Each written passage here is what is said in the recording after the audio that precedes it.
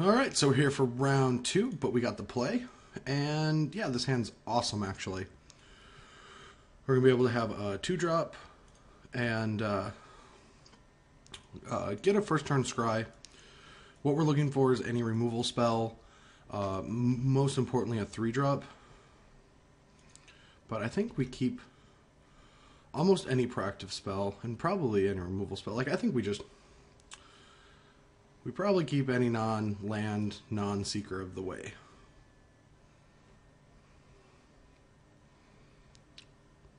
Or if our opponent, allows us to get any card.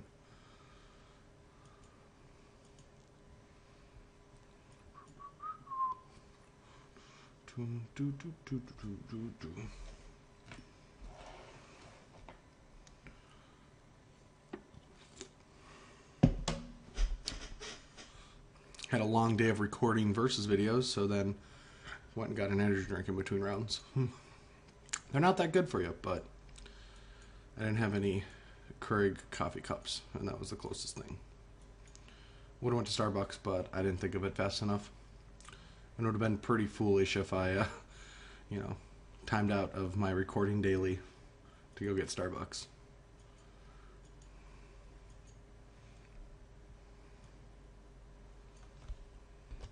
Alright, so there's our opponent. We're going to put that on the bottom. Don't need a mountain. We'll just go grab that one off the bottom next turn. Alright, so we're up against some kind of Abzan deck. No, I said I put that on the bottom.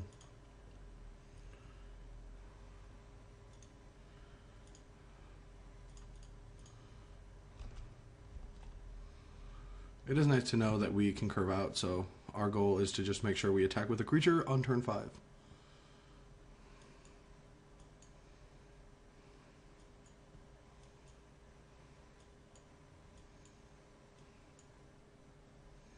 Alright, so he's more of a controlling version of the deck.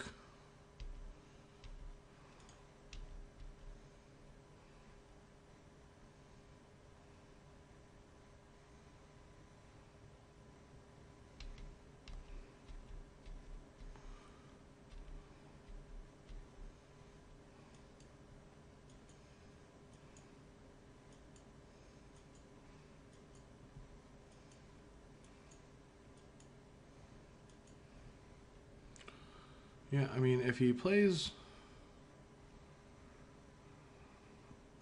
he could curve into Wingmate Rock before we get to, which is a little scary now, due to some Caryatid.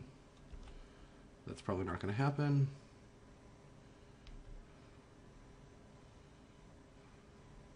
Why are we drawing so many lands?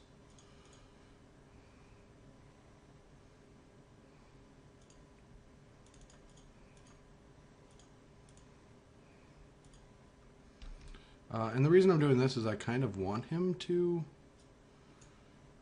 kill our Seeker with Abzan Charm instead of drawing 2 cards. Or use the Abzan Charm now as opposed to on a Wingmate Rock.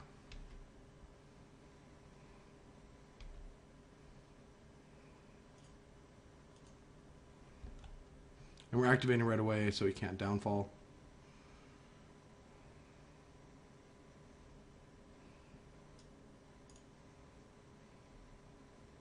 Yeah, and here comes the Abzan Charm.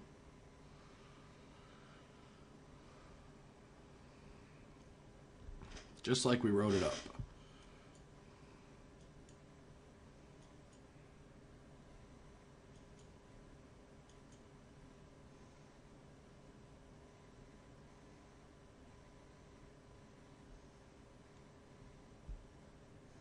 Alright, so Rhino means that I think we actually just want to make a token and just get a lot of creatures in the air, since we don't want to protect it next turn anyway.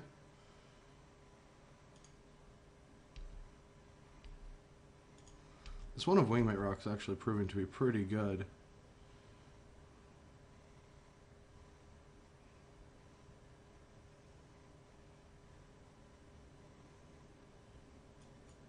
Just didn't impress me in the GP, and also sideboarding, it's always like not that great. At least on the draw, where Sarkhan was amazing.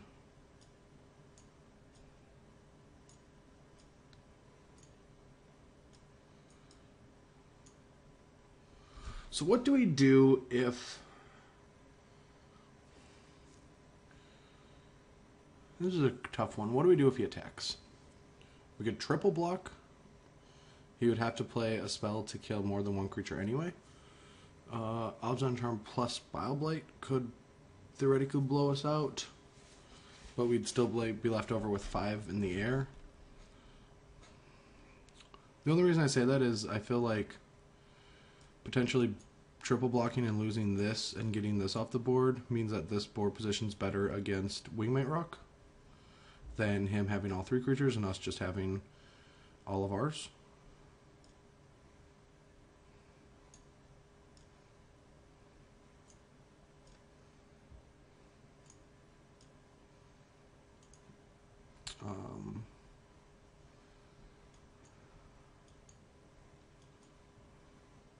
Like, we don't have a lot of resources right now, so we have to make sure that we value ours importantly. And one of the most important things, though, is not to just not use them, like, not get rid of them or sacrifice them, because we probably want the game to go out a little longer so he draws more lands and caryatids and we draw some actual spells.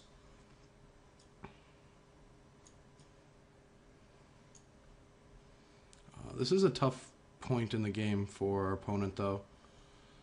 Depending, like, with how long he's thinking on the turn, this could mean that he has a removal spell, even a Planeswalker, maybe a Wingmate Rock, maybe another Siege Rhino, a Courser potentially.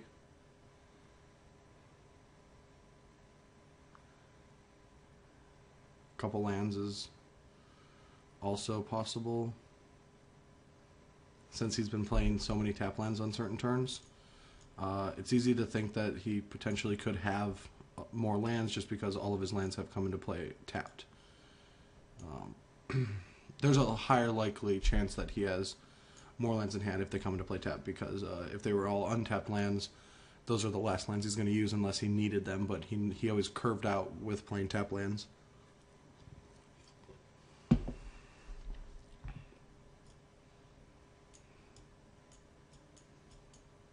If he has 2 lands in hand, same with us, but we have the board position, maybe it is better to just take it.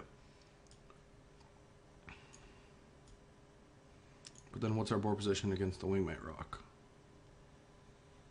Like, we're still not able to attack. No, I think triple blocking is the best.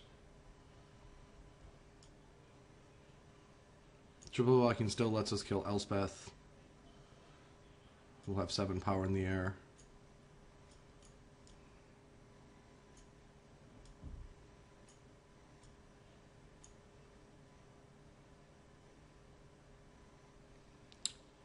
Interesting.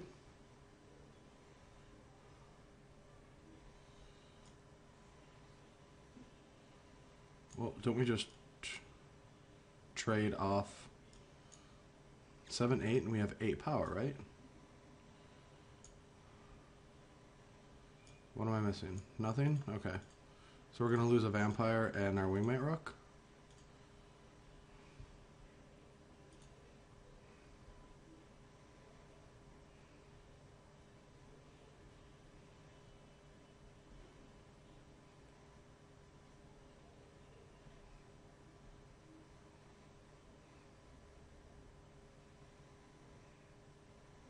I guess we could have attacked back for a bunch,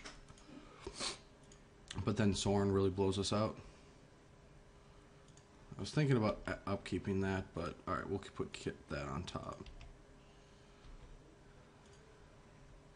Get 3 damage in.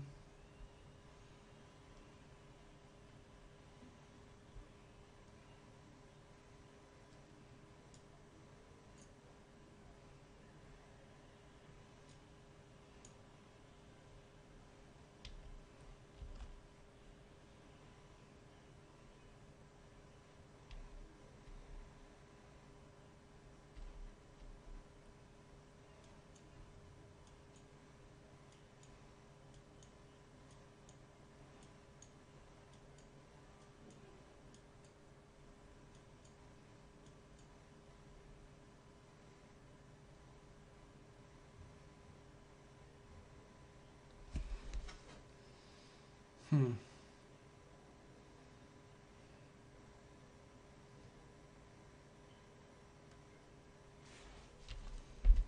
is this a wingmate rock? Ugh. Well, we're gonna take it.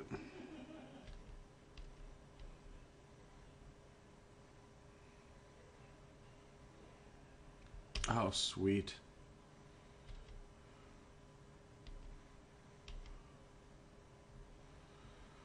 That was a great series of events, because he's going to monster us, and then we're going to Crackling Doom it.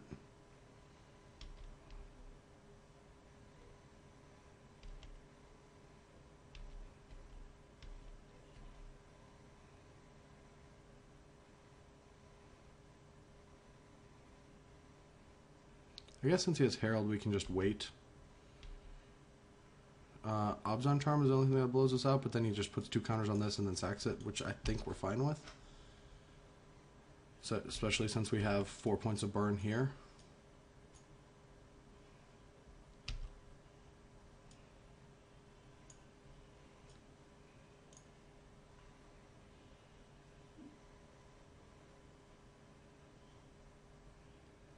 Yeah, here comes the Sorin.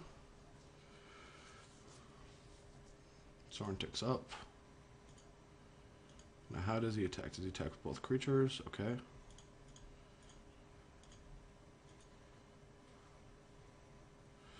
Do not think I want to deal it to the Sorin.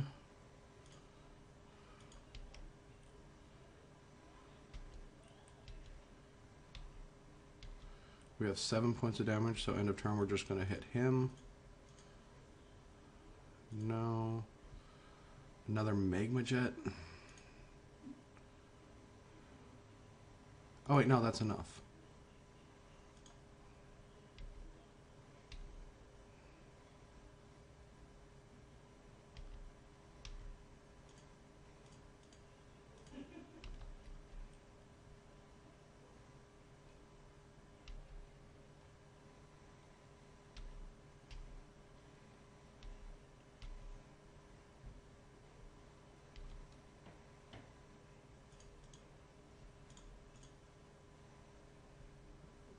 No.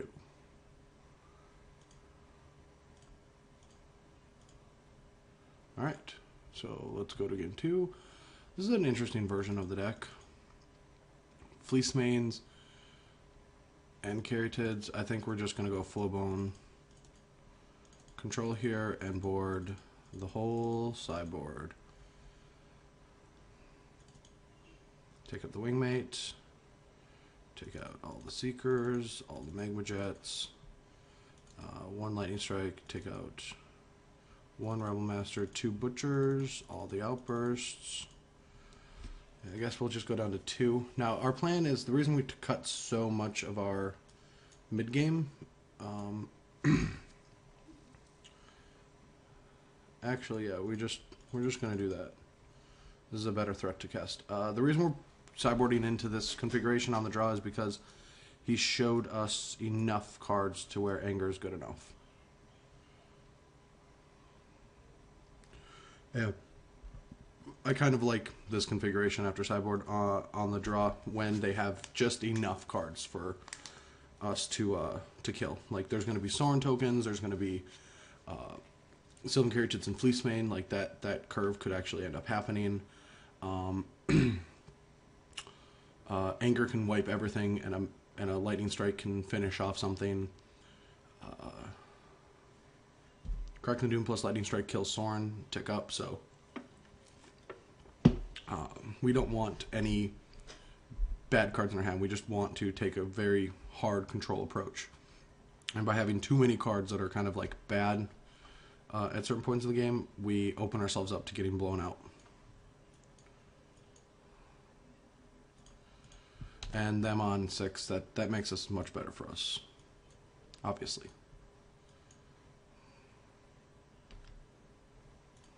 Drawing both our Elspeths is not exactly great.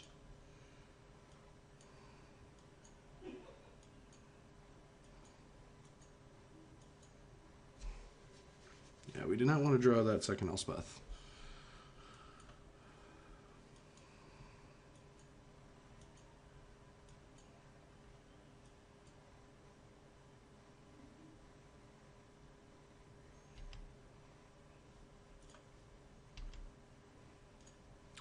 We're going to put the land on the top, and because we want to aggressively curve up to Elspeth. Regardless if this is Soren or Rhino, we're going to be able to easily deal with it.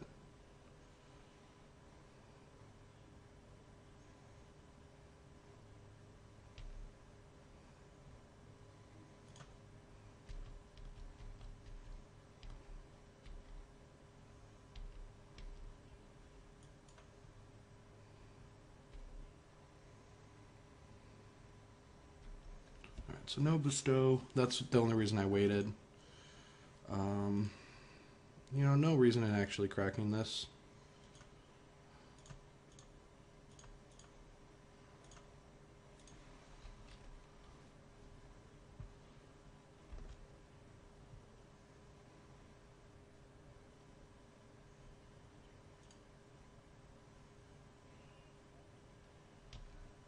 Can't actually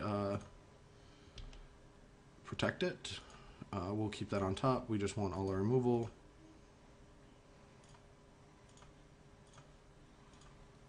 Can't protect it with Ozon Charm, and down to 1 card. And so if it's another threat, we have a Chain of the Rocks and Butcher for the turn. And then we cast Elspeth.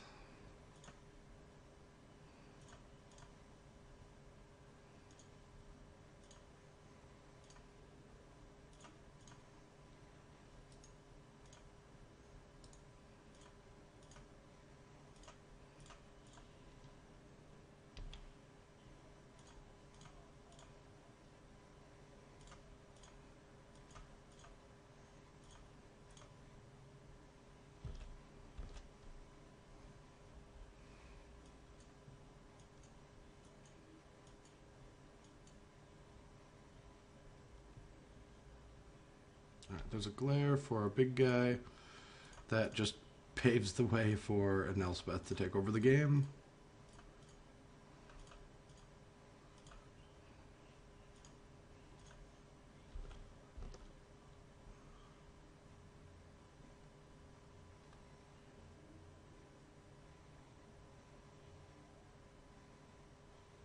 Alright, so he needed to draw us a couple cards, which makes a lot of sense because he's in a lot of trouble.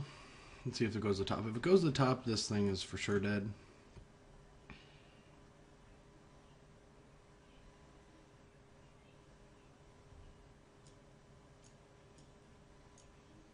Just not impressed by this card much. I don't think it's that good. It helps with mana, of course, but like, play this with Wingmate Rock? Seems fairly loose. We'll attack first, just in case one of the cards is Bioblade, and he actually wants to use it.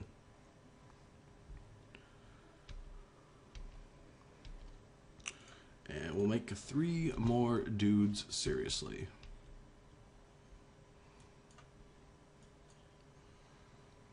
Is this an Elspeth off? I think we're gonna win this one, since, you know, we get to attack the Elspeth and kill it.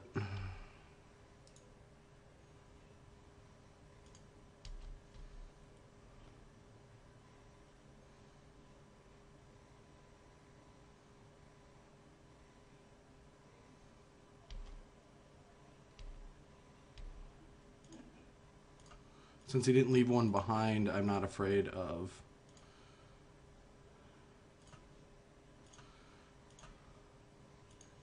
and I'm going to play all the lands because of the potential chance of wanting to read the bones, draw a land, play Elspeth.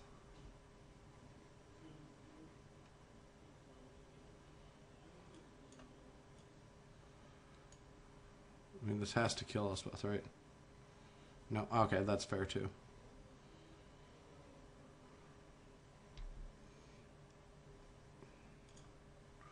I don't think there's any point in embleming. Well, let's do this.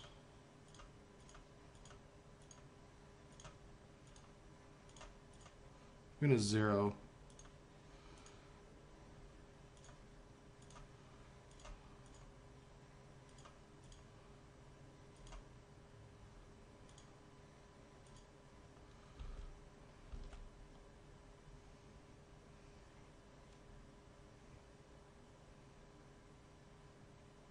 He's going to keep fighting the good fight.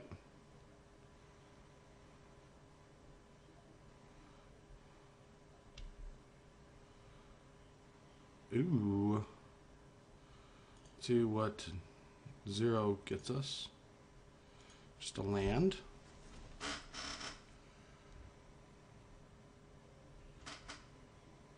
Oh, I guess I could have attacked, then angered.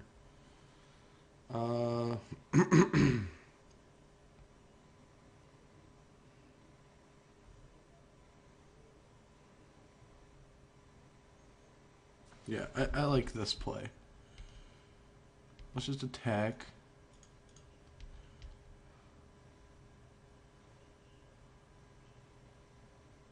Yeah, he would have blocked. Yeah, that was a punt on my part.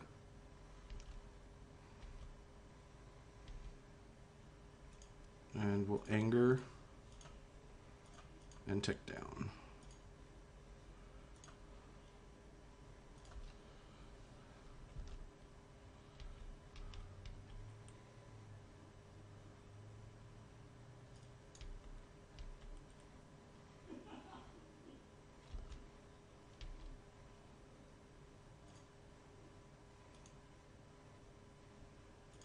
Oh yeah, I should have just ticked up.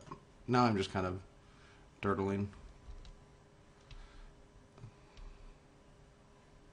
I always tick up when there's no creature in play to kill, because our deck is all kill.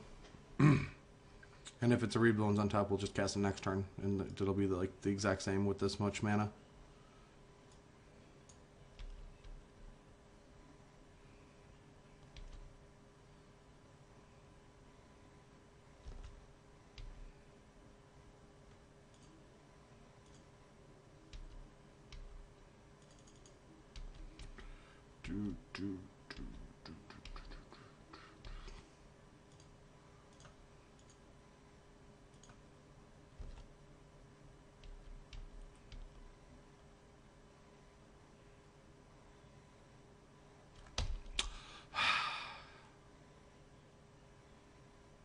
This only gonna work for so long, buddy.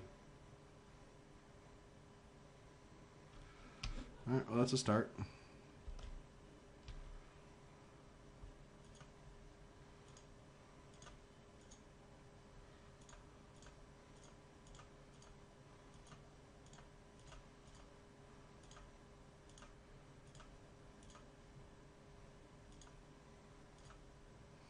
Three more dudes. I feel like that wasn't the concession turn, huh? I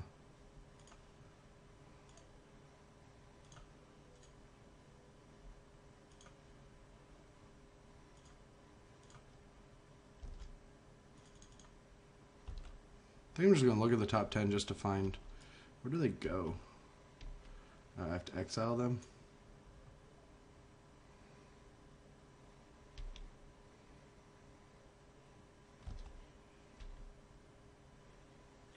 I was going to exile to find Read the Bones to find a Butcher, but we found a Butcher.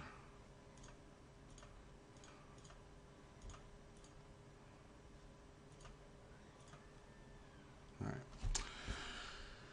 Sometimes it's really tough to be the control player.